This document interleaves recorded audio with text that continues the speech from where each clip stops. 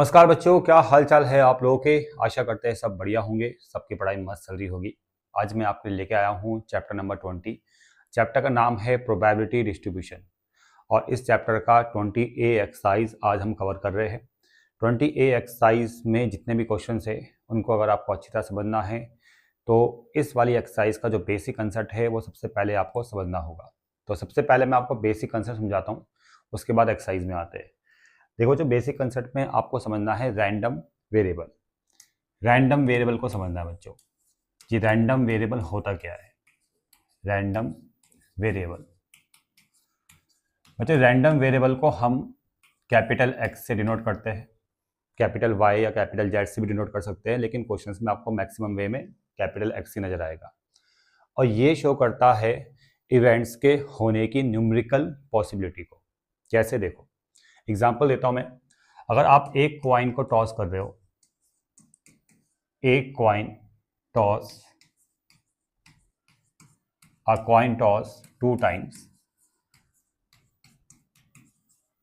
एक कॉइन को आपने 2 बार टॉस किया, तो यहां पर जो इवेंट है, मान लेते हैं इवेंट ई है, वो है आपका हेड का आना, यानी हेड अकर।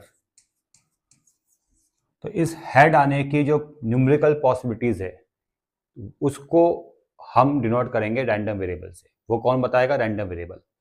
तो रैंडम वेरिएबल जो एक्स होता है ये काउंटेबल नंबर्स होते हैं, और वो नंबर्स क्या बताते हैं? इवेंट्स के होने ना होने की पॉसिबिलिटी को। कैसे, देखो अगर एक कॉइन को 2 बार टॉस किया गया है तो इस 2 बार टॉस करने पर, 2 बार टॉस करने पर हेड आने की पॉसिबिलिटीज कितनी है? मैक्सिमम पॉसिबिलिटी 2 है, मिनिमम पॉसिबिलिटी 0 है, और एक बार भी हेड आ सकता है। देखो बच्चों, अगर आप कॉइन को 2 बार टॉस कर रहे हो तो ऐसा भी हो सकता है कि एक भी बार हेड ना आए, तो वहां पर हेड आने की पॉसिबिलिटी कितनी है? 0 है। ठीक है। ऐसा भी हो सकता है कि 2 बार टॉस करने पर हेड आपका एक ही बार आ रहा है, या पहली बारी में या दूसरी बारी में, तो वहां पर 1 आ गया। ठीक है, न्यूमेरिकल पॉसिबिलिटी। और ऐसा भी हो सकता है कि दोनों बारी में क्या आ रहा है? हेड आ रहा है, तो न्यूमेरिकल पॉसिबिलिटी कितनी है? 2 है। तो ये जो नंबर्स में लिख रहा हूं ना, यही आपके रैंडम वेरिएबल है। तो रैंडम वेरिएबल एक्स क्या होंगे? 0, 1, 2। समझ में आ गया बच्चों? अगर किसी कॉइन को आप 3 बार टॉस कर रहे हो, अ कॉइन टॉस 3 टाइम, एक कॉइन को आपने टॉस किया 3 बार, 3 टाइम, तो 3 बार टॉस करने पर हेड आने की मैक्सिमम पॉसिबिलिटी कितनी होगी? 3 होगी, और मिनिमम 0 होगी। ठीक है। तो जो नंबर से आप इसको रिप्रेजेंट करोगे 0, 1, 2, 3, वो आपके रैंडम वेरिएबल है। मतलब इवेंट यहां पर क्या है? हेड अकर। इवेंट यहां पर क्या है? हेड अकर। अब इस हेड की आने की जो न्यूमेरिकल पॉसिबिलिटी है वो रैंडम वेरिएबल को रैंडम वेरिएबल बताएगा। इसको हम एक्स से डिनोट करेंगे।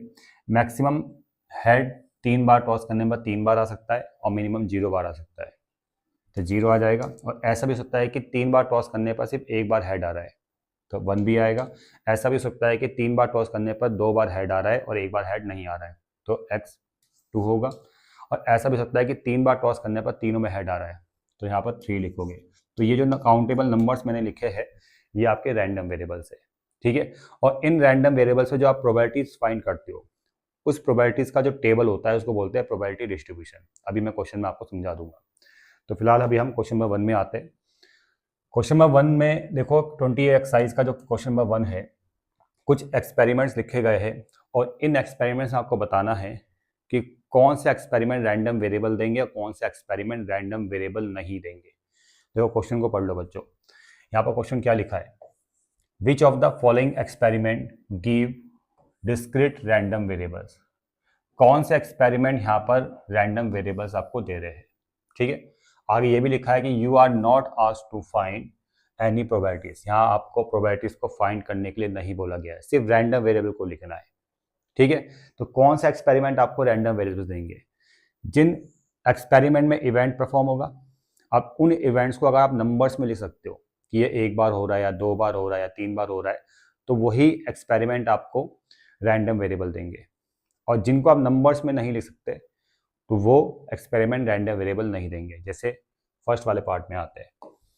A book is chosen at random from a self with 50 books and it's author noted. 50 book का कलेक्शन है, एक सेल्फ में रखा गया है और 50 बुक्स में से एक बुक को रैंडमली सिलेक्ट किया गया है। सिलेक्ट करने के बाद उसके ऑथर का नाम लिखा गया है। जैसे 50 बुक्स ये है, पहली बुक को सिलेक्ट किया, उसके ऑथर का नाम ए है। दूसरी बुक को सिलेक्ट किया, उसके ऑथर का नाम बी है। तीसरी बुक को सिलेक्ट किया, उसके ऑथर का नाम सी है। जो ऑथर के नाम है क्या वो नंबर्स में है? नहीं है ना नंबर्स में। जब ऑथर्स के नाम नंबर्स में नहीं है तो मतलब ये एक्सपेरिमेंट आपको रैंडम वेरिएबल नहीं देगा। ठीक है, तो इसका आंसर कितना है? नो, मतलब ये रैंडम वेरिएबल आपको नहीं देगा। ठीक है, आगे देखो सेकंड वाले पार्ट में, a book is chosen at random from a self of 50 books and the number of pages noted. देखो 50 बुक्स में से ए बुक को सिलेक्ट करना है, उसके बाद उस बुक के नंबर ऑफ पेजेस को नोट करना है। फॉर एग्जाम्पल के लिए, जैसे यहाँ पर मैं एग्जाम्पल्स बता रहा हूँ, मैं ये 50 बुक्स है, एक बुक को सिलेक्ट किया, ठीक है, उसमें मान लेते हैं कि 100 पेज थे तो हमने 100 लिख दिया। दूसरी बुक को सिलेक्ट करेंगे, मान लेते हैं उसमें 200 पेजेस थे तो 200 लिख दिया। तीसरी बुक को सिलेक्ट किया, उसमें मान लेते हैं कि 300 पेजेस थे तो आपने 300 लिख दिया। तो ये जो मैं लिख रहा हूँ नंबर ऑफ पेजेस, उनको मैं नंबर्स में लिख रहा हूँ ना। तो ये जो नंबर्स है बच्चों, ये क्या है? रैंडम वेरिएबल है। ठीक है, तो मतलब ये जो एक्सपेरिमेंट है ये आपको रैंडम वेरिएबल देगा। यस, ठीक है बच्चों। आगे थर्ड वाले पार्ट में, a people is chosen at random from a particular classes and the people name is noted. एक पर्टिकुलर क्लास है, उसमें से एक पीपल को सिलेक्ट करना है और फिर उसका नाम नोट करना है। अब जो नाम हम नोट कर रहे हैं, नेम को जो हम नोट करेंगे वो नंबर्स नहीं है, समझ में आ गया? वो काउंटेबल नंबर्स में नहीं होगा। मान लेते एक स्टूडेंट या एक पीपल को सिलेक्ट किया, उसका नाम है रवि, फिर दूसरे को सिलेक्ट किया, उसका नाम है किशन, फिर तीसरे को सिलेक्ट किया, उसका नाम है श्याम। तो यहाँ पर जो नाम है वो नंबर्स नहीं है। जब नंबर्स में आपको कुछ भी नाम, मतलब आप नंबर्स में इसको डिफाइन नहीं कर पा रहे हो तो वो रैंडम वेरिएबल एक्सपेरिमेंट नहीं देगा। ठीक है, मतलब वो एक्सपेरिमेंट आपको रैंडम वेरिएबल नहीं देगा। तो इसका मतलब इसमें रैंडम वेरिएबल नहीं आएंगे क्योंकि आप नाम को लिख रहे हो, नंबर्स को नहीं लिख रहे हो। तो रैंडम वेरिएबल्स काउंटेबल नंबर्स में ही लिखे जाते हैं और जो एक्सपेरिमेंट आपको काउंटेबल नंबर्स देता है, ठीक है ना, इवेंट होने के काउंटेबल नंबर्स देता है, तो वही एक्सपेरिमेंट आपको क्या देगा? रैंडम वेरिएबल देगा। ठीक है, अब देखो फोर्थ वाला part, a people is chosen at random from a particular classes and the people height is recorded. जो भी पीपल को सिलेक्ट किया जा रहा है क्लास से, उसकी हाइट को रिकॉर्ड किया जा रहा है। अब जो हाइट वो नंबर्स में आती है, जैसे 180 सेंटीमीटर, 170 सेंटीमीटर या 150 सेंटीमीटर, तो ये हाइट को हम नंबर्स में लिख रहे हैं। तो जो हाइट को नंबर्स में हम लिख सकते हैं, जो इवेंट हो रहा है यहाँ पर उसको हम उसके होने की पॉसिबिलिटी को नंबर्स में लिख सकते हैं, तो वो इवेंट आपका, मतलब वो एक्सपेरिमेंट आपका रैंडम वेरिएबल देगा। तो मतलब यहाँ पर आप यस लिखोगे। उसी तरह से फिफ्थ वाला पार्ट है, the number of cars passing a given points on the road between 10 and 11 hours. 10 और 11 आवर्स के बीच में नंबर ऑफ कार्स एक गिवन पासिंग पॉइंट से पास कर रही है, तो कितनी कार्स पास कर रही है वो आप बता सकते हो। 2 कार पास कर रही है, 3 कार पास कर रही है, 4 कार पास कर रही है या 10 कार पास कर रही है, तो नंबर्स में आप बता सकते हो। तो मतलब ये एक्सपेरिमेंट भी आपका रैंडम वेरिएबल देगा। ठीक है, आगे बढ़ते हैं क्वेश्चन नंबर 2 में। अब यहाँ पर देखिए, determine which of the following can be probability distribution of a random variable x. बच्चों ये जो टेबल है ना, इसको बोलते हैं हम प्रोबेबिलिटी डिस्ट्रीब्यूशन। लेकिन प्रोबेबिलिटी डिस्ट्रीब्यूशन हम इसको तभी बोलेंगे जब यहाँ पर प्रोबेबिलिटीज का सम 1 होगा। देखो जैसे ए वाला पार्ट है, इसमें ये जो x है ये है रैंडम वेरिएबल्स 0, 1, 2, और इन रैंडम वेरिएबल्स में लिखिए इनकी प्रोबेबिलिटीज, लिखिए ना। px क्या शो कर रहा है? प्रोबेबिलिटीज को बता रहा है। तो ये जो प्रोबेबिलिटीज लिखी है, अगर इनका सम 1 के इक्वल आ गया तो ये पूरा टेबल क्या शो करता है? एक प्रोबेबिलिटी डिस्ट्रीब्यूशन को शो करता है। ठीक है, अब आप चेक कर सकते हो 0.4 प्लस 0.4 प्लस 0.2, इनका सम कितना आएगा? 1 आएगा। तो इसका मतलब ये वाला जो टेबल है ये एक प्रोबेबिलिटी डिस्ट्रीब्यूशन को बता रहा है, और यहाँ पर इसी क्वेश्चन में यही बताना है कि कौन सा टेबल प्रोबेबिलिटी डिस्ट्रीब्यूशन है। ये वाला है बच्चों, इसका आंसर यस होगा। अब ये जो टेबल है इसमें भी x रैंडम वेरिएबल्स है और उनकी प्रोबेबिलिटीज है, लेकिन उनका सम 1 नहीं है, नॉट इक्वल टू 1। आप चेक कर सकते हो 0.5 प्लस 0.2 प्लस 0.2, ये आ रहा है 0.9, ये 1 नहीं आ रहा है। इसका मतलब ये वाला जो टेबल है ये एक प्रोबेबिलिटी डिस्ट्रीब्यूशन नहीं है। ठीक है, तो इसका आंसर क्या है, नो है। अब आते हैं हम सेकंड वाले पार्ट पे। ये एक टेबल दे रखा है, मतलब प्रोबेबिलिटी डिस्ट्रीब्यूशन आपको दे रखा है, इसमें k का वैल्यू फाइंड करना है। अगर प्रोबेबिलिटी डिस्ट्रीब्यूशन गिवन है और k का वैल्यू फाइंड करने के लिए आ गया, तो आपके माइंड में ये सेट होना चाहिए कि जितनी भी प्रोबेबिलिटीज लिखी है उनका सम हमेशा 1 होगा। यहाँ पर जो प्रोबेबिलिटीज लिखी है वो ये है बच्चों, इनको जब आप ऐड करोगे 0.1 plus k plus 0.2 plus 2k plus 0.3 plus k, इनका सम कितना आएगा, 1 आएगा। अब k, 2k और k कितना आ गया, 4k, 0.1, 0.2 और 0.3, यह आएगा आपका प्लस का 0.6 इक्वल टू 1। इसको वहाँ लेके जाएंगे तो 4k इक्वल टू 1 में से 0.6 को माइनस करेंगे 0.4 आएगा, और k आ जाएगा आपका 0.1। ये आपका आंसर आ गया। ठीक है बच्चों, आगे बढ़ते हैं क्वेश्चन नंबर 3 में। देखो बच्चों, क्वेश्चन नंबर 3 में क्या लिखा गया है, 2 cards are drawn from well shuffled deck of 52 cards. The first card being replaced before the second, और x से डिनोट कर रहा है नंबर ऑफ स्पेड ड्रॉन। तो find the probability distribution of x। x आपको पता है क्या होता है, x होता है रैंडम वेरिएबल, ठीक है ना, और जो x के नंबर्स आएंगे उन पर प्रोबेबिलिटीज निकालना है, और उन प्रोबेबिलिटीज से बनेगा प्रोबेबिलिटी डिस्ट्रीब्यूशन। कैसे बनेगा देखो, सबसे पहले आप एक्सपेरिमेंट को देखो। एक्सपेरिमेंट क्या है, एक्सपेरिमेंट ये है कि 2 कार्ड्स को ड्रॉन किया गया है 52 कार्ड्स में से। देखो 52 कार्ड्स है, अब 52 कार्ड्स में से 2 कार्ड्स को ड्रॉन किया, ठीक है, 2 कार्ड्स को ड्रॉन किया, और यहाँ पर x मतलब किसका है, x क्या डिनोट कर रहा है, number of spade drawn. Spade आने के नंबर्स को बता रहा है x। रैंडम वेरिएबल क्या बता रहा है, स्पेड आने के नंबर्स को। यानी इवेंट यहाँ पर क्या है, इवेंट यहाँ पर क्या है, स्पेड का आना। इवेंट यहाँ पर क्या है, स्पेड का आना, ठीक है, स्पेड अकर, ये इवेंट है बच्चों। और ये स्पेड इन 2 कार्ड्स में कितनी बार मैक्सिमम आ सकता है, कितनी बार मिनिमम आ सकता है, उस नंबर्स को कौन बताएगा, random variable.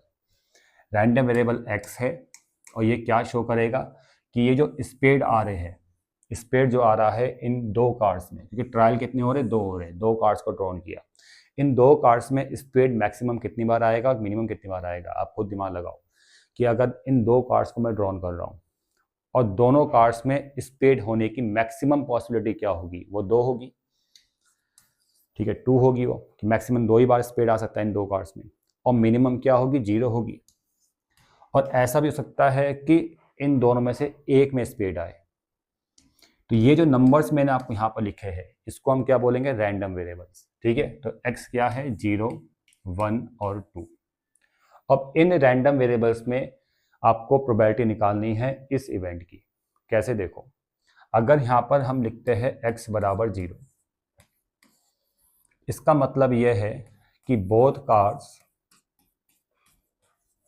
Cards are not spade.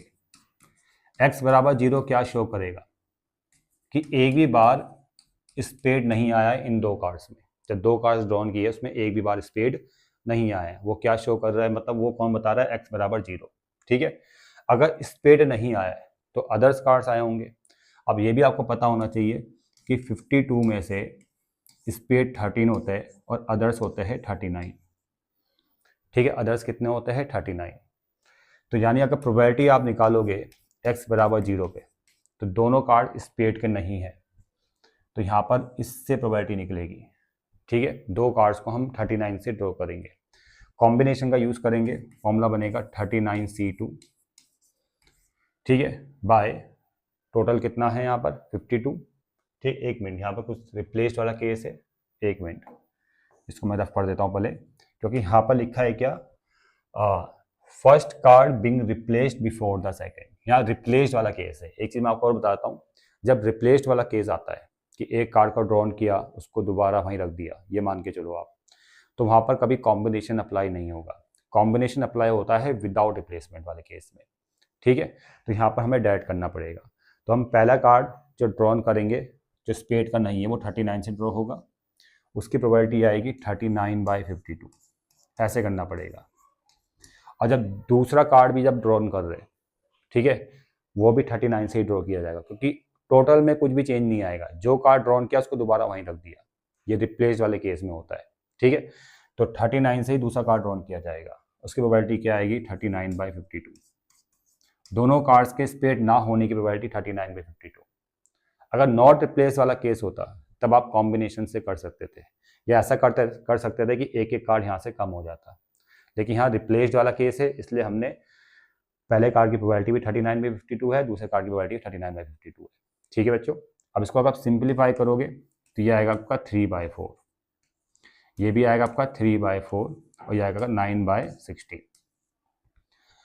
दूसरा केस है x बराबर 1। इसका मतलब ये होता है कि दोनों में से सिर्फ एक कार्ड आपका स्पेड का है, दूसरा नहीं है। तो इसका मतलब क्या है कि वन स्पेड ओनली, बस इतना लिख दो आप, सिर्फ एक कार्ड स्पेड का है, दो में से सिर्फ एक कार्ड स्पेड का है। तो प्रोबेबिलिटी ऑफ x बराबर 1। अब देखो, अगर एक कार्ड स्पेड का है तो उसकी प्रोबेबिलिटी आएगी 13 में से, 13/52। अगर पहला कार्ड स्पेड का है तो पहले कार्ड की प्रोबेबिलिटी 13/52, और दूसरे कार्ड स्पेड का नहीं है तो वो आएगा 39/52, 39/52। और दूसरा केस इसमें ये प्लस होगा, यहाँ तो पहला कार्ड स्पेड का था, दूसरा नॉन स्पेड था। ऐसा भी सकता है कि पहला नॉन स्पेड है, पहले कार्ड की प्रोबेबिलिटी 39/52, और दूसरे कार्ड की प्रोबेबिलिटी आ रही है स्पेड होने की 13/52। मैं आपको यहाँ साइड डायग्राम समझाता हूँ। इसमें दो केस बनेंगे, पहला कार्ड स्पेड का है, दूसरा है नॉन स्पेड का। और ऐसा भी सकता है कि पहला नॉन स्पेड है और दूसरा स्पेड है, तो स्पेड की प्रोबेबिलिटी 39/52 और नॉन स्पेड की प्रोबेबिलिटी है 13/52 स्पेड की प्रोबेबिलिटी है, 13/52 स्पेड की प्रोबेबिलिटी है, और नॉन स्पेड की प्रोबेबिलिटी है 39/52। क्लियर। और दूसरे केस में और का मतलब प्लस होता है, फिर दूसरा केस ये आ गया, नॉन स्पेड की प्रोबेबिलिटी है 39/52 और स्पेड की प्रोबेबिलिटी है 13/52, ठीक है। अब इसको सिंप्लीफाई करोगे आप तो 13 से 52 जाएगा आपका या 4 टाइम, ये 1/4, और 39/52 आएगा 3/4, और यहाँ पर इसको सॉल्व करोगे ये 3/4 आएगा, इंटू 13/52 आएगा 1/4।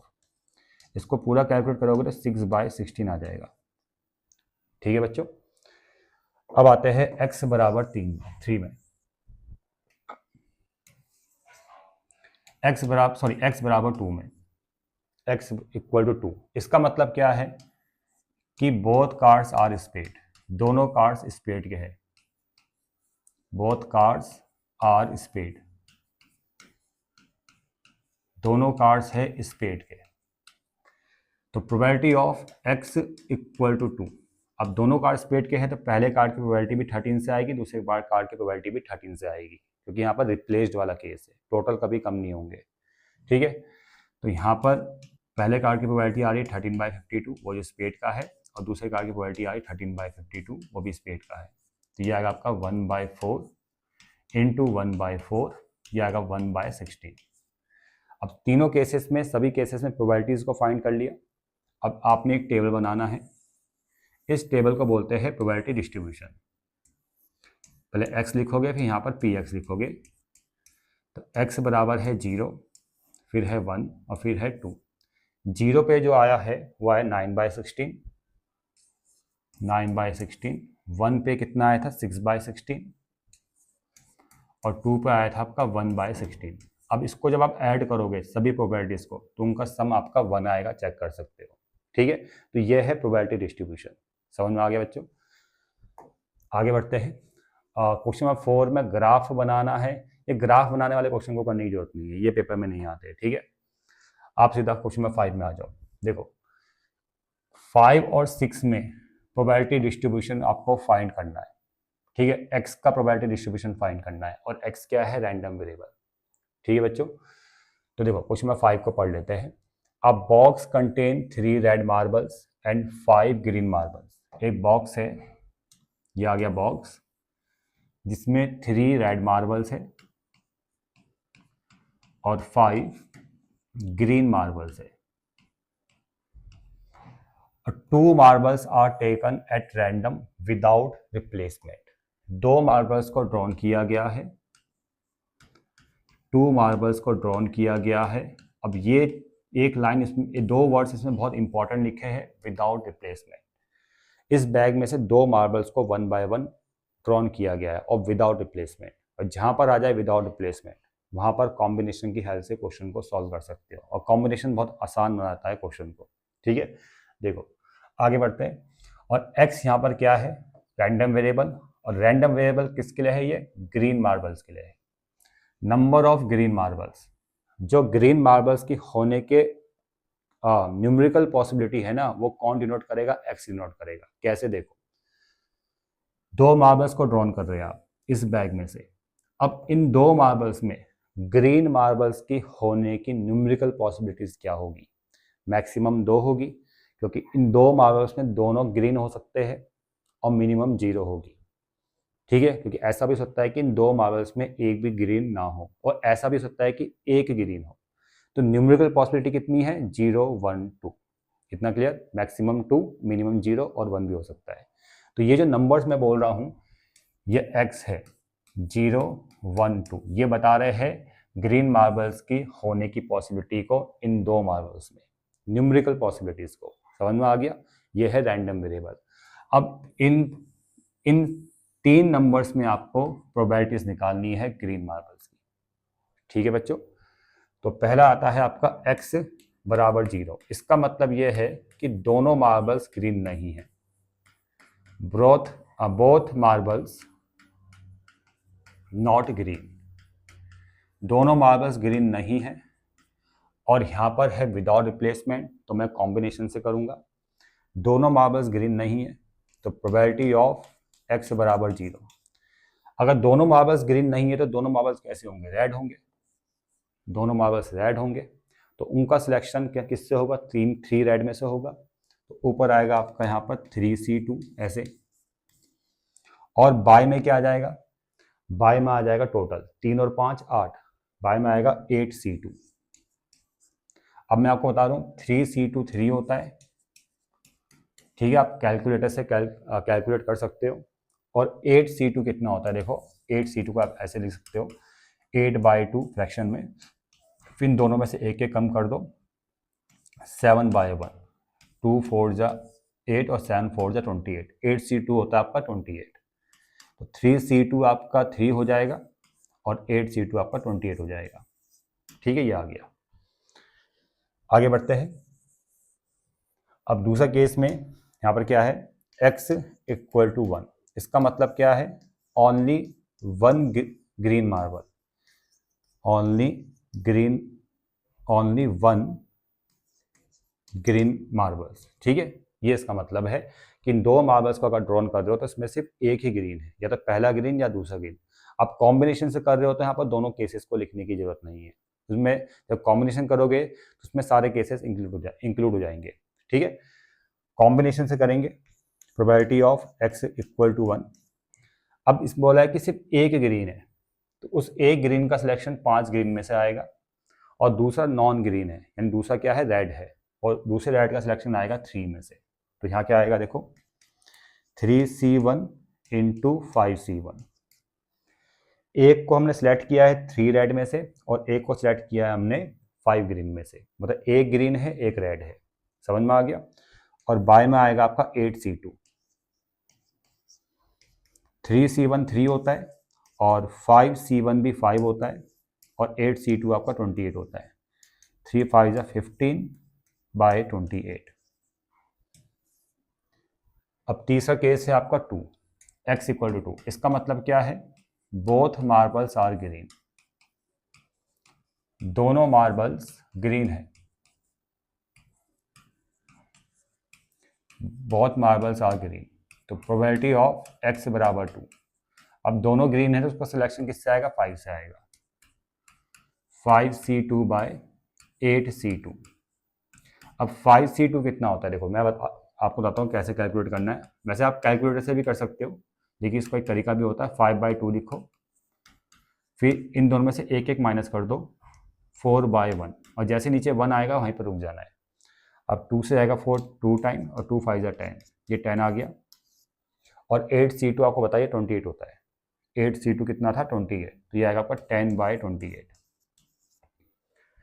अब फिर आपने लास्ट में एक टेबल बनाना है, यहाँ पर x लिखना है, यहाँ पर px लिखना है। x है 0 1 2, 0 में जो प्रोबेबिलिटी आई थी वो आई थी 3/28। 1 में कितना आया था, 15/28, और 2 में कितना आया था, 10/28। और इनको जब प्लस करोगे तो 1 आएगा, इन तीनों प्रोबेबिलिटीज का सम 1 आएगा, क्योंकि ठीक है। और यहाँ पर देखो प्रोबेबिलिटी डिस्ट्रीब्यूशन ही फाइंड करना था, तो ये क्या है, प्रोबेबिलिटी डिस्ट्रीब्यूशन। Question number 6। बच्चों क्वेश्चन नंबर 6 में ये भी काफी आसान क्वेश्चन है। देखो यहाँ पर क्या लिखा है, a fair coin has the number 1 on the one face and the number 2 on the other. एक क्वाइन है जिसमें दो फेसेस है, पहले फेस में 1 लिखा है, दूसरे फेस में 2 लिखा है। The coin is thrown with a fair die. Coin को एक डाई के साथ थ्रो किया गया है, और डाई में जो नंबर आते हैं वो आते हैं 1 2 3 4 5 6। जब डाई को थ्रो करते हो तो आपको बताया उसमें एक नंबर अपर फेस में शो होता है, वो इन 6 में से कोई भी एक हो सकता है। आगे लिखा है कि x क्या शो कर रहा है, सम ऑफ स्कोर्स। x यहाँ पर क्या है, रैंडम वेरिएबल, और वो क्या बता रहा है, सम ऑफ स्कोर्स। किसके सम की बात हो रही है, देखो बच्चों आइए समझाता हूँ मैं। सबसे पहले आप एक्सपेरिमेंट करो, इस एक्सपेरिमेंट को समझो। ये क्वाइन है और ये डाई में आने वाले नंबर्स है। जब क्वाइन और डाइस को आप एक साथ थ्रो करोगे तो पॉसिबल आउटकम्स क्या आएंगे, देखो पहला पॉसिबल आउटकम आएगा 1 के साथ 1, 1 के साथ 2 भी आ सकता है, 1 के साथ 3 भी आ सकता है। ये क्वाइन का नंबर है, ये डाई का नंबर है, ठीक है। 1 के साथ 4 भी आ सकता है, फिर 1 के साथ 5 भी आ सकता है, 1 के साथ 6 भी आ सकता है। अब 2 के साथ 1, 2 के साथ 1, 2 के साथ 2, 2 के साथ 3, 2 के साथ 4, 2 के साथ 5 या 2 के साथ 6। तो ये पॉसिबल टोटल आउटकम्स आएंगे अगर डाई और क्वाइन को आप एक साथ थ्रो करोगे और क्वाइन में दोनों फेस में 1 और 2 लिखा है, ठीक है। एक फेस में 1 लिखा है, एक फेस में 2 लिखा है, समझ में आ गया। ये टोटल पॉसिबल आउटकम्स है। अब x यहाँ पर क्या है, सम ऑफ स्कोर्स, यानी जो नंबर्स मिल रहे हैं ना, ये एक आउटकम में जो नंबर्स मिल रहे हैं, दो जो नंबर दिख रहे हैं उनका सम। तो देखो 1 1 का सम कितना है 2, 1 2 का सम कितना है 3, 1 3 का सम कितना है 1 और 3 का सम कितना है 4। तो ये जो नंबर्स है सम है जो वो x है बच्चों। x क्या है, यहाँ पर जो आउटकम है उनमें जो दो नंबर्स है उनका सम, 1 + 1 2, 1 + 2 3, 1 + 3 4, 1 + 4 5, 1 + 5 6, 1 + 6 7। तो इसके बाद 2 + 1 तो 3 आ चुका है, 2 + 2 4 आ चुका है, 2 + 3 5 भी आ चुका है, 2 + 4 6 भी आ चुका है, और 2, 5 का सम कितना आ रहा है आपका 7। ये भी यहाँ पर 7 आ चुका है, ठीक है। अब 2, 6 का सम कितना आएगा, 2 और 6 का सम 8। तो ये x आ गया। अब इन x पर प्रोबेबिलिटीज निकालनी है, ठीक है। तो मैं डायरेक्ट कर रहा हूँ क्योंकि आसान क्वेश्चन है। x और px, पहला x 2 है और कितने 2 सम कितने आउटकम से मिल रहा है, एक ही आउटकम से मिल रहा है। तो प्रोबेबिलिटी आएगी 1 बाय टोटल कितने हैं ये 1 2 3 4 5 6 7 8 9 10 11 12 टोटल है 12 1 बाय 12। फिर दूसरा वेरिएबल रैंडम वेरिएबल है 3 सम मिल रहा है आपको 1 2 से और 2 1 से, दो आउटकम से 2 बाय 12। फिर 4 लेना है आपने x, इस पर 4 सम आ रहा है 1 3 से और 2 2 से 2 बाय 12। 5 लेना है और 5 सम आ रहा है 1 4 से और 3 2 3 से, इनका सम 5 आएगा तो यहाँ भी आएगा 2 बाय 12। और 6 x क्या है 6 सम आ रहा है 2 4 और 1 5, यहाँ भी आएगा 2 बाय 12। और 7 सम 2 5 और 1 6 2 बाय 12। और 8 सम आ रहा है सिर्फ इसी आउटकम से, एक ही आउटकम से आ रहा है तो 1 बाय 12। और इनका जब प्लस करोगे तो 1 आएगा, सभी प्रोबेबिलिटी का सम कितना आएगा 1 आएगा। ठीक है, तो ये पूरा क्या है प्रोबेबिलिटी डिस्ट्रीब्यूशन है। नंबर 7 देखो बच्चों, इस क्वेश्चन में क्या लिखा है कि an urn contain 4 white and 3 red balls. एक अन है मतलब एक बैग है जिसमें 4 वाइट और 3 रेड बॉल्स है। फाइंड द प्रोबेबिलिटी डिस्ट्रीब्यूशन, आपको प्रोबेबिलिटी डिस्ट्रीब्यूशन फाइंड करना है। नंबर ऑफ रेड बॉल्स का नंबर ऑफ रेड बॉल्स का प्रोबेबिलिटी डिस्ट्रीब्यूशन आपको फाइंड करना है। और कितनी बॉल्स को ड्रॉ किया गया है, ड्रॉ ऑफ 3 बॉल्स। ट्रायल्स कितने हो रहे, 3 ट्रायल्स हो रहे, मतलब 3 बॉल्स को ड्रॉ किया गया है। इस बैग में से 3 बॉल्स को ड्रॉ किया गया है, 3 बॉल्स को। और इवेंट यहां पर क्या है, रेड बॉल्स। इवेंट यहां पर क्या है, रेड बॉल्स।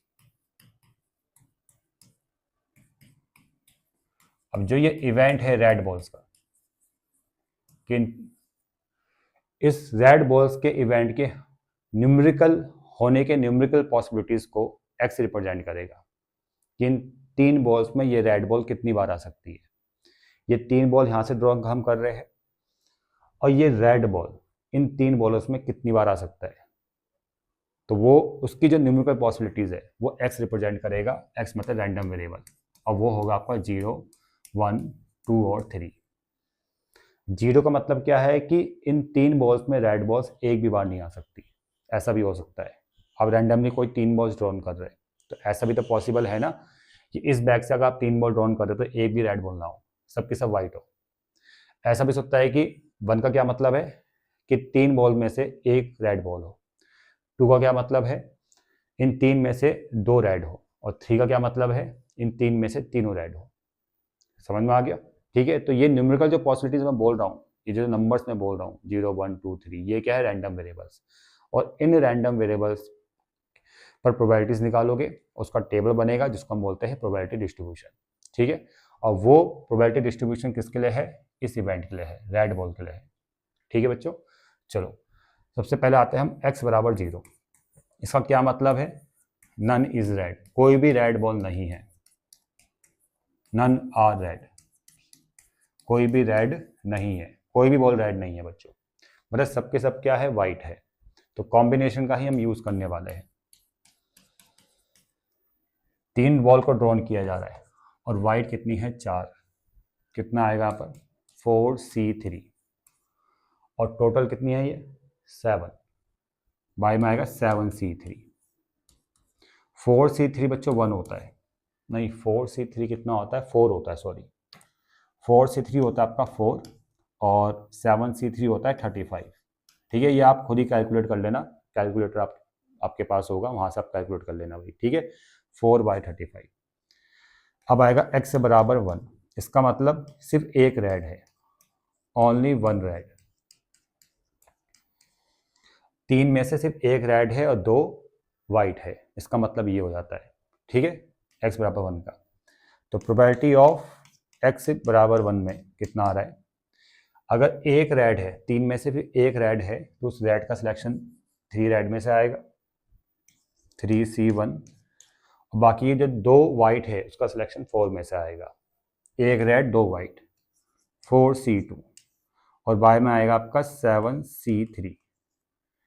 इसको मैं यहाँ लिख लेता हूँ, 3C1 3 होता है और 4C2 होता है 6 और 7C3 35, तो ये आएगा आपका 18/35। अब है x बराबर 2। x बराबर 2 में इसका मतलब है कि 2 बॉल्स रेड है, 3 में से 2 बॉल्स आर रेड और 1 is white, and 1 is white. एक बॉल वाइट है, 2 रेड है, 1 वाइट है, ठीक है, इन 3 बॉल में से। तो probability of x equal to 2, 3 balls में से 2 बॉल क्या है, रेड है, उस 2 बॉल का सिलेक्शन 3 में से आएगा, 3 रेड में से 3C2, और 1 वाइट का सिलेक्शन 4 में से आएगा 4C1। टोटल कितने हैं, 7, बाय में आएगा 7C2। 3C2 3 होता है, 4C1 4 होता है, 7C2 35 होगा, और यहाँ पर आएगा 12/35। x बराबर 3, इसका मतलब ऑल्स आर रेड, सभी रेड है, तीनों के तीनों रेड है, 3 बॉल का सिलेक्शन 3 रेड में से। तो प्रोबेबिलिटी ऑफ x बराबर 3 कितना आएगा, 3C3/7C3। एक मिनट, यहाँ पर ना गलती से मैंने 2 लिख दिया, यहाँ 3 आएगा बच्चों, ठीक है, 7C3 35, और सब सही है ना, हाँ 7C3 ये बाय में आएगा, ठीक है। टोटल पता है ना, टोटल वेट आपके बाय में आता है, इतना आपको पता ही होगा। और 3C3 1 होता है और 7C3 आपका 35 होता है, 1/35। उसके बाद आपने एक टेबल क्रिएट करना है और इसमें यहाँ पर x लिखोगे, यहाँ पर px लिखोगे, और रैंडम वेरिएबल्स 1, फिर यहाँ पर 2, यहाँ पर 3, ओ सॉरी चलो यहाँ पर 0 यहाँ लिख लेता हूँ मैं, यहाँ पर 0, ठीक है, 0 1 2 3। तो 0 में कितना आया था, 4/35, 4/35। 1 में कितना आया था, 18/35, 18/35। 2 में कितना आया था, कहाँ गया 2, 12/35, और 3 में कितना आया था, 1/35, ठीक है। ये आ गया प्रोबेबिलिटी डिस्ट्रीब्यूशन का टेबल। अब इसको आप ऐड करते हो, देखो 35 तो 35 तो एलसीएम आ गया, इन सब का सम 1 आना चाहिए। 18 और 12 कितना होता है, 30, 30 और 1 31, 31 और 4 35, 35/35 1 आ जाएगा, ठीक है। आगे बढ़ते हैं, क्वेश्चन नंबर 8। ये भी आसान क्वेश्चन है, देखो इसमें 2 cards are drawn without replacement from a well shuffled pack of 52 cards. 52 cards में से 2 कार्ड्स को ड्रॉन किया, 52 कार्ड्स में से 2 कार्ड्स को ड्रॉन किया, ठीक है। तो find the probability distribution, probability distribution find करना है ऑफ नंबर ऑफ एस का। तो इवेंट यहाँ पर क्या है, एस का आना। अब इवेंट को लिखो आप, इवेंट यहाँ पर क्या है, एस अकर, ठीक है, ये इवेंट है, ठीक है। और एस के आने के नंबर्स को कितनी बार आ सकता है, 2 बार, 1 बार या 0 बार, इन 2 कार्ड्स में। इन 2 कार्ड्स में एस मैक्सिमम कितनी बार आ सकता है, मिनिमम कितनी बार आ सकता है, तो उसकी न्यूमेरिकल पॉसिबिलिटीज को बताएगा रैंडम वेरिएबल एक्स। तो एक्स क्या होगा, 0 1 2। इन 2 कार्ड्स में जो एस है वो मैक्सिमम 2 बार आ सकता है, दोनों में एस आ सकता है। ऐसा भी सकता है कि दोनों में सिर्फ 1 बार एस आए तो 1 आ गया, और 0 का क्या मतलब है, ऐसा भी सकता है कि 1 भी बार एस ना आए इन 2 कार्ड्स में से, ठीक है। तो रैंडम वेरिएबल क्या है, 0 1 2। अब इन रैंडम वेरिएबल्स पे एस की प्रोबेबिलिटीज को लिखना है, फिर टेबल बनेगा जिसको हम बोलते हैं प्रोबेबिलिटी डिस्ट्रीब्यूशन, ठीक है। देखो बच्चों, x बराबर 0, इसका क्या मतलब है, नन आर एस, कोई भी एस नहीं है, एक भी कार्ड एस नहीं है उन 2 कार्ड्स में, एक भी कार्ड एस नहीं है बच्चों इन 2 कार्ड्स में से। अब देखो 52 में से आपको पता है कि 4 तो एस होते हैं, अगर 4 एस है तो 48 क्या होते हैं, अदर्स होते हैं, ठीक है। और विदाउट रिप्लेसमेंट है तो कॉम्बिनेशन का यूज कर सकते हो, प्रोबेबिलिटी ऑफ x बराबर 0, कॉम्बिनेशन का यूज करेंगे। जो दोनों कार्ड्स है, दो कार्ड्स को ड्रॉन किया गया है, दोनों में से कोई भी एस नहीं है, ये x बराबर 0 पर आप इसका मतलब है, ठीक है। और प्रोबेबिलिटी क्या आएगी दोनों कार्ड्स की, वो है 48 से आएगी कि एक भी एस नहीं है तो वो दो कार्ड्स 48 से ड्रॉ किए जाएंगे। तो कॉम्बिनेशन से करेंगे तो 48C2 बाय, और टोटल कितना है 52, 52C2 को हम नीचे लिखेंगे। अब ये 48C2 कितना होता है देखो, 48/2 लिखो, इसको फ्रैक्शन में लिखो, फिर एक एक माइनस करो, 47/1, जैसे नीचे 1 आया वहीं रुक जाओ। 2 से 48 जाएगा 24 टाइम, 24 इंटू 47, 24 इंटू 47, इसको और सिंप्लीफाई करें हम, चलो इसको अभी ऐसे लिखो 24 इंटू 47, ये आ गया। अब 52C2 को क्या लिखेंगे हम, देखो 52 इंटू C2, 52C2 को हम क्या लिखेंगे 52/2 इंटू 51/1, 2 से कितनी बार जाएगा ये आपका, 2 से जाएगा ये आपका 26 टाइम, तो बाय में आएगा आपका 26 इंटू 51, ये आ जाएगा। अब इसको अगर आप सिंप्लीफाई करोगे तो इसमें देखो ये जाएगा आपका 3 8 जा 3 17 जा, और यहाँ पर आप और सिंप्लीफाई करोगे 2 से गया 4 टाइम, और 2 से जाएगा ये आपका 13 टाइम। अब 4 के इंटू 47 से करो, 7 4 जा 28, कैरी 1, 7 4 जा नहीं 4 4 जा 16, 17 18, ये आ जाएगा। और 13 इंटू 17 ये होता है 221, चेक। अब दूसरे केस में आते देखो, x equal to 1, x equal to 1 का क्या मतलब है, इसका मतलब है कि ओनली एक कार्ड में एस आ रहा है, ओनली 1 एस, और दूसरे कार्ड में एस नहीं आ रहा है, तो probability of x equal to 1, तो वो जो एक कार्ड में एस आ रहा है तो उस एस को हम सिलेक्ट करेंगे 4 में से, 4C1, और दूसरा एस का नहीं है उसका सिलेक्शन 48 में से आएगा, 48C1, ये आएगा 52C2।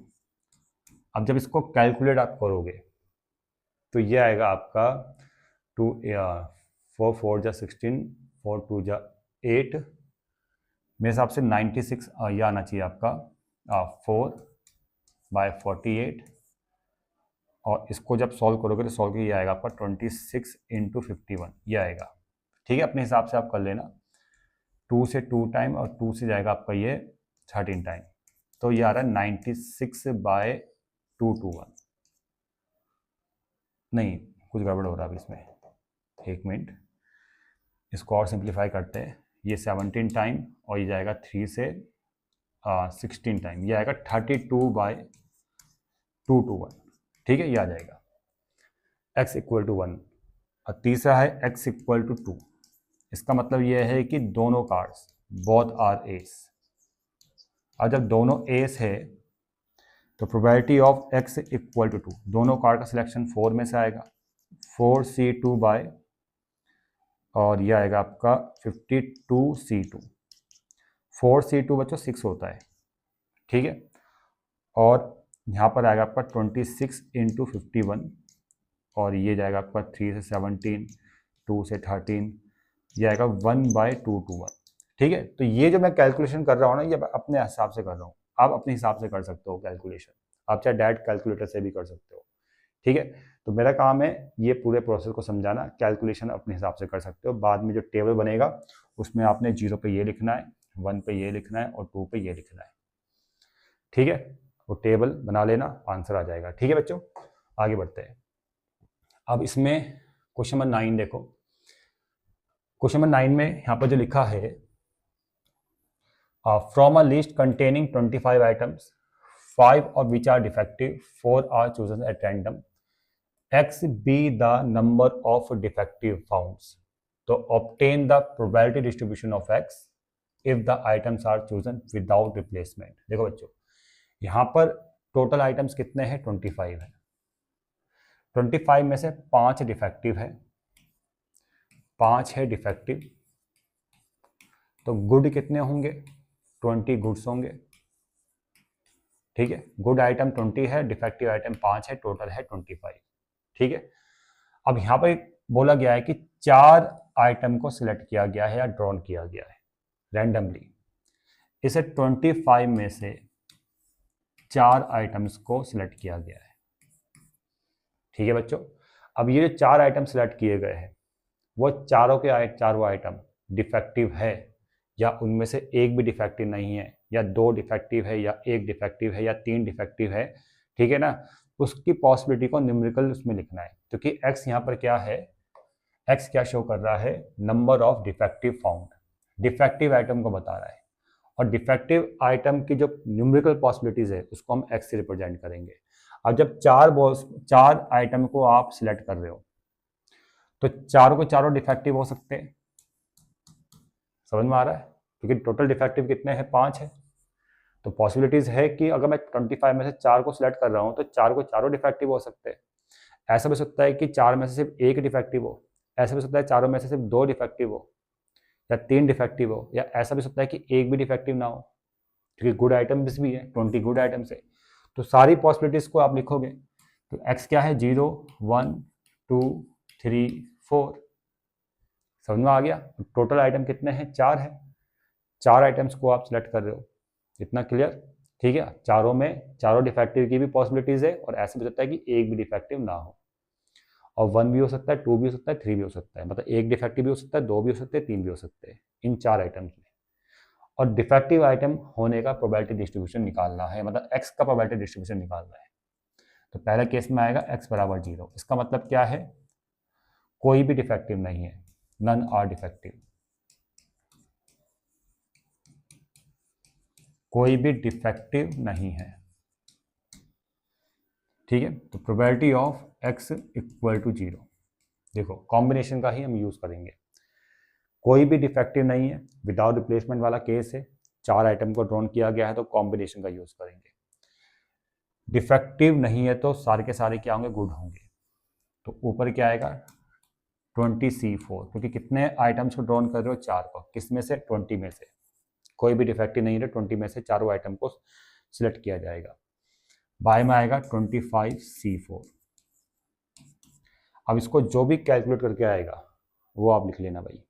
ठीक है, कैलकुलेटर से कैलकुलेट करना, वो लिख लेना। दूसरा केस है एक्स बराबर 1।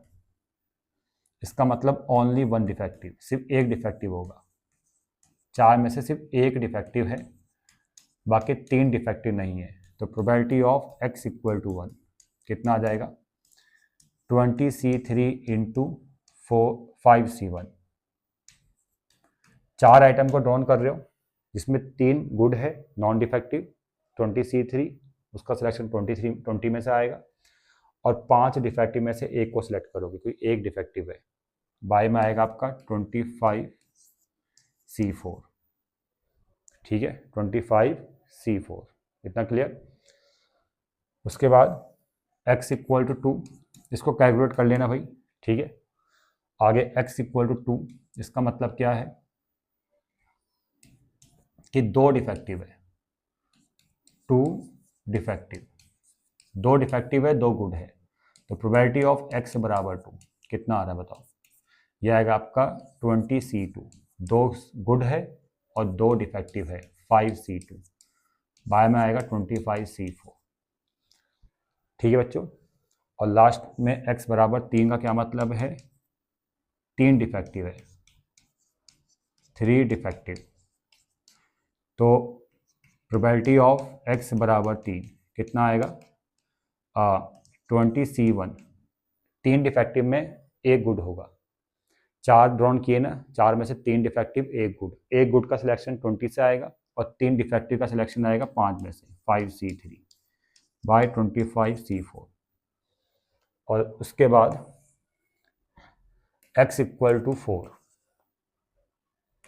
4 के चारों डिफेक्टिव, ऑल्स डिफेक्टिव।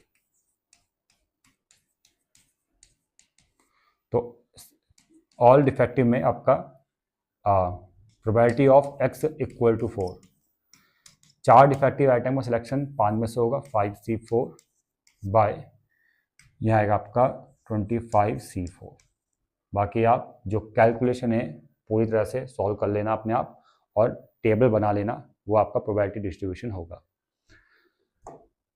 अब देखो क्वेश्चन नंबर 10 में, अब ऐसे क्वेश्चन तो मैंने आपको पढ़ा दिए पहले भी। देखो क्वेश्चन नंबर 10 में लिखा है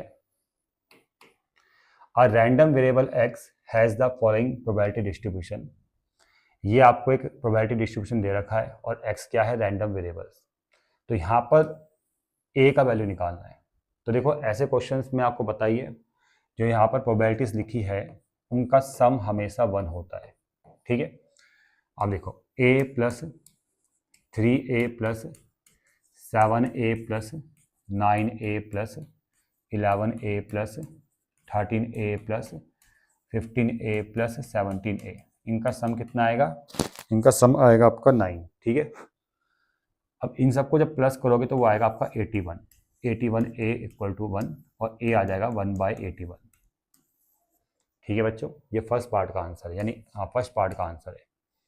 अब सेकंड पार्ट में लिखा है कि प्रोबेबिलिटी निकालनी है x less than 3, probability find करना है सेकंड पार्ट में x लेस देन 3। जब रैंडम वेरिएबल लेस देन 3 है उनकी प्रोबेबिलिटी निकालनी है। अब लेस देन 3 में ये 3 आ जाएंगे, 0 1 2, और इसमें प्रोबेबिलिटी है a 3a 5a, उनको प्लस करके लिखो तो a 3a 5a, तो ये आएगा आपका 9a, ठीक है। सबको प्लस करना है। लेस देन 3 में जितने भी रैंडम वेरिएबल्स है उनकी जो प्रोबेबिलिटीज़ है उनको प्लस करना है। 5a 3a और a, 9a आ गया। और यहाँ पर a का वैल्यू पुट करना है। a का वैल्यू कितना है भाई, 1/81, यह आएगा 1/9, ठीक है। 9 से जाएगा 81 9 टाइम। ये सेकंड पार्ट था। थर्ड वाले पार्ट में x greater than equal to 3, probability find करना है जब रैंडम वेरिएबल होगा x से x के 3 के इक्वल या 3 से ग्रेटर। अब टेबल में देखो 3 के इक्वल क्या है, 7a प्रोबेबिलिटी है। 3 से ग्रेटर जितने भी रैंडम वेरिएबल्स है उनकी प्रोबेबिलिटीज ये है, तो उनको प्लस करके लिखो 7a 9a, या ऐसा करो 81 में से टोटल 81a आया था, उसमें से 9a को माइनस कर दो, ये वाले माइनस कर दो ना। 81 में से 9 को माइनस करोगे कितना आ जाएगा आपका, 72 आ जाएगा। तो यहाँ पर आएगा 72a आ जाएगा। और 72a कितना है, 1/81, और ये जाएगा आपका 9 8 जा और 9 9 जा 8/9, ठीक है। अब फोर्थ पार्ट में क्या लिखा है, प्रोबेबिलिटी फाइंड करनी है जो रैंडम वेरिएबल्स है 0 से 5 के बीच में। अब 0 से 5 के बीच में है 1 2 3 4, प्रोबेबिलिटी फाइंड करनी है जब x है 0 से 5 के बीच में। और इनमें प्रोबेबिलिटीज़ है ये x, ये है ना 1 2 3 4, ये 4 x है, इनकी प्रोबेबिलिटीज़ है 3 है 5 है 7 है 9 है। अगर इनको प्लस करूँगा 9 और 7 16 और 5 21 और 3 24, ये आएगा 24 है। a का वैल्यू पुट करना है 1/81, और ये आ जाएगा आपका 8 नहीं, ये जाएगा आपका 3 8 जा और 3 इंटू 27 जा, ये आएगा 8/27, ठीक है बच्चों। तो ये था क्वेश्चन नंबर 10। अब ऐसा ही क्वेश्चन है आपका 11, ये तो अपना आप कर लेना भाई, ठीक है बच्चों।